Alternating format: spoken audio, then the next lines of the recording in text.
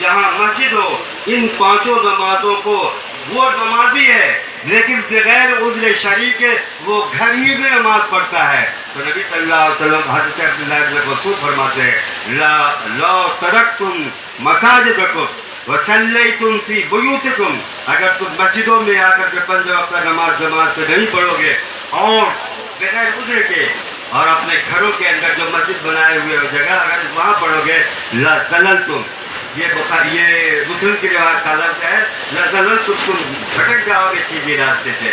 अबू दाऊद की रिवायत है, ला कफरतुम, तुमने कुफ्र किया कि तुम जमात को छोड़ करके यहाँ पढ़ा। अब ये मसला अलग है कि ये कार्य के जमात, अब ये हम मसला मुख्तसर तौर पर ये बदला देना चाहते हैं कि मस्जिद सिर्फ इबादत की ही जगह नहीं है, मस्जिद एक फौजी छावनी भी है।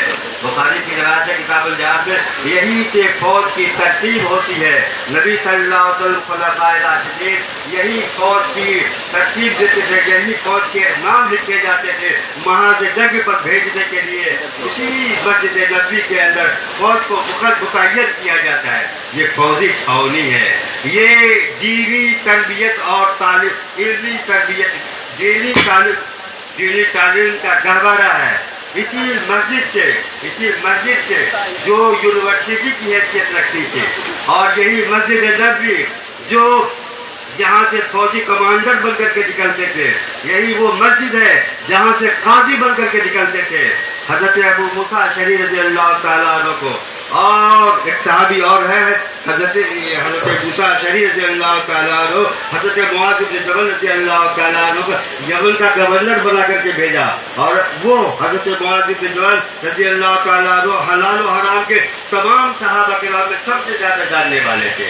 और हजरत अबू मूसा अशअरी रज़ियल्लाहु ताला अन्हु भी ये शरीयत के अहकाम के बहुत ज़्यादा जानने वाले थे। तो ये मस्जिद नबी सल्लल्लाहु अलैहि वसल्लम खुलफाए राशिदीन, और आज भी हमने देखा है सन 2008 में अल्लाह रब्बुल आलमीन ने हज और उम्र की सादत अता फरमाई, तो देखा खाना काबा के अंदर मुख्तलिफ जगह हैं, खाना और मस्जिद नबी के अंदर बहुत से उलमाए किराम अलग अलग जमात के साथ अब तालिब इल्म को दीन की तालीम देते हैं। कोई फिक़्ह हदीस पढ़ाते हैं, कोई हदीस पढ़ाते हैं, कोई तफसीर पढ़ाते हैं।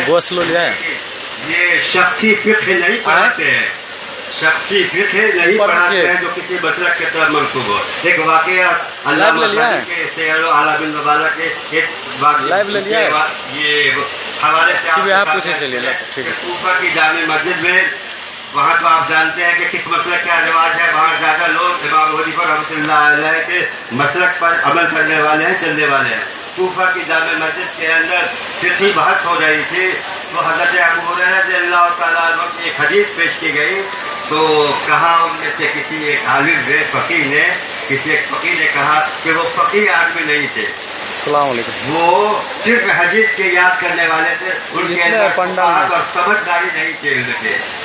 फौरन जामे मस्जिद की छत से एक अजदहा उतरा, अजदहा गिरा, ठीक है पीछा करने, इधर नहीं तो आए, रिकॉर्ड कर रहे हैं, रिकॉर्ड, और ये पीछा करता चला जाता था। ये वाक़या है शेर आलामी नुबला अल्लामा शमसुद्दीन ज़हबी रहमतुल्लाह अलैह, जो शेखुल इस्लाम इमाम इब्न तैमिय्या के शागिर्द हैं, उनके इसमें ये वाक़या लिखा है। तो आलिमों ने कहा तुम तौबा करो इस बात से कि हज़रत अबू हुरैरा रज़ियल्लाहु ताला अन्हु गैर फ़क़ीह थे, जब तक तौबा नहीं करोगे ये अजदहा तुम्हारा पीछा करता रहेगा, मौका पाएगा तो तुम्हें डस लेगा। वो तौबा करता है, फिर अजदहा गायब हो जाता है। हज़रत अबू हुरैरा फ़क़ीह थे। इमाम बुखारी रहमतुल्लाह अलैह ने किताबुन नफ़क़ात में लिखा है कि मोसिर अजनान नफ़क़ा, जो आदमी अपनी बीवी को दान नफ़क़ा नहीं दे सके, जमहूर का ये फतवा है, जमहूर साहबा किराम का, कि अगर औरत ये चाहती है कि हम उससे फस्ख़ करा लें तो काजी के पास मुक़दमा दायर करके वो निकाह फस्ख़ करा सकती है। ये मसला है। तो हज़रत अबू हुरैरा रज़ियल्लाहु ताला अन्हु ने कहा कि बतलाओ कि ये तुम मसला जो बयान कर रहे हो तो क्यों बयान, क्या दलील है? तो नबी सल्लल्लाहु अलैहि वसल्लम फरमाया कि वो दलील पेश करते एक का बेमन कबूल, कि तुम सबसे पहले उन लोगों पर अपना पैसा खर्च करो, उनको खिलाओ पिलाओ और उन्हें कपड़ा दो जिनकी परवरिश तुम्हारे अंदर जरूरी है। बीवी है, तुम्हारे बच्चे हैं, इसी से मैंने इस्तेमाल किया है कि बीवी कह सकती है अचामनी और तल्लिकनी, मुझे खिलाओ या मुझे तलाक दे दो। یہ امام ابو ہریرہ رضی اللہ تعالیٰ عنہ کی فقات ہے. ان کی فقات کا متعلق بدلا کافی ہے کہ نبی صلی اللہ علیہ وسلم، بخاری کی روایت ہے کہ نبی صلی اللہ علیہ وسلم نے ان کے حق میں دعا کی کہ اللہ ان کے حافظہ کو مضبوط کر دے. انہوں نے چادر کو سمیٹ لیا تو وہ کہتے ہیں کہ اللہ کی قسم نبی صلی اللہ علیہ وسلم نے ایک معمولی چیز رکھی اور میرے لیے دعا کی، فما نسیتہ بعدہ، اس کے بعد میں کوئی حدیث نبی صلی اللہ علیہ وسلم کی نہیں بھولے. تو نبی صلی اللہ علیہ وسلم کی دعا اگر صحابی رسول حضرت ابو ہریرہ رضی اللہ تعالیٰ عنہ کے لیے کی جائے اور بغیر سمجھ کے لیے کیے جائے تو نبی صلی اللہ علیہ وسلم کی دعا کسی کے لیے علم کی دعا کی جائے گی تو بغیر سمجھداری کے کی جائے گی. آپ کی دعا کے اندر تو فقاہت بھی پائی جائے گی، صرف یاد ہی نہیں پائی جائے گی بلکہ فقاہت بھی پائی جائے گی. اس لیے افسوس یہ ہے کہ شخصیت کے غلو نے، شخصیت کے ساتھ عقیدت اور اس کے اندر غلو نے مسلمانوں کے اندر مختلف فرقے پیدا کر دیے. یہ سب مولانا مسعود عالم ندوی، یہ اپنے آپ کو ان کا ددیال بھی اہل حدیث، ان کا ننیال بھی اہل حدیث، لیکن اہل حدیث کہنا پسند نہیں کرتے تھے، لیکن وسیع الفکر تھے. اور اگر یہ نہ ہوتے ہندوستان کے اندر، مولانا ابو الاعلیٰ مودودی کی جماعت میں شامل نہ ہوتے تو ہندوستان کے اندر مولانا ابو الاعلیٰ مودودی کو کوئی جاننے والا نہیں ہوتا، عرب ممالک میں ان کو کوئی جاننے والا نہیں ہوتا. اس لیے کہ ان کی کتابوں کا عربی میں ترجمہ کر کے عرب ممالک کے اندر ان کا تعارف کرایا.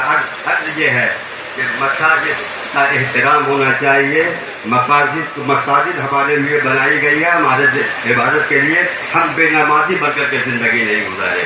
یہ ہماری شناخت اور پہچان ہے. نماز پڑھنا یہ ہماری پہچان ہے اور اس کا ترک انسان کی گمراہی کی طرف لے جانے والا ہے. یہ مسجدیں تربیت گاہ بھی ہے، یہ مسجدیں دانش گاہ بھی ہے، علم شریع کے پہنچانے کا ذریعہ بھی ہے. یہ مسجد وہ ہے جہاں سے خلفائے راشدین نبی صلی اللہ علیہ وسلم کے زمانے میں قاضی بنا کر شہروں کے اندر بھیجے جاتے تھے. یہ مسجد وہ ہے جہاں سے کمانڈر بن کر کے صحابہ کرام نکلتے تھے. خالد بن ولید ہیں، حضرت ابو عبیدہ بن جراح ہیں، بڑے بڑے صحابہ کرام اور امت کے سب سے زیادہ امین ہمارے داد بھی اس سے پیدا ہوئے. یہ مسجد تمام چیزوں کے لیے فوجی چھاؤنی ہے. فوج کی بھرتی بھی یہیں سے ہوتی ہے، فوج کی نامزدگی بھی ہوتی ہے. اس لیے اللہ رب العالمین سے دعا ہے کہ اللہ ہمیں مسجد کا احترام، اس کی عظمت اور اسلامی معاشرے میں اس کا کیا مقام ہے، اس کو پہچاننے کی مکانہ نگار کے مکانے کے روشنی میں بھی اور ان دو باتیں جو ہم نے آپ کے سامنے کہی ہے اس کی روشنی میں اللہ ہمیں توفیق عطا فرمائے. والسلام علیکم ورحمۃ اللہ وبرکاتہ.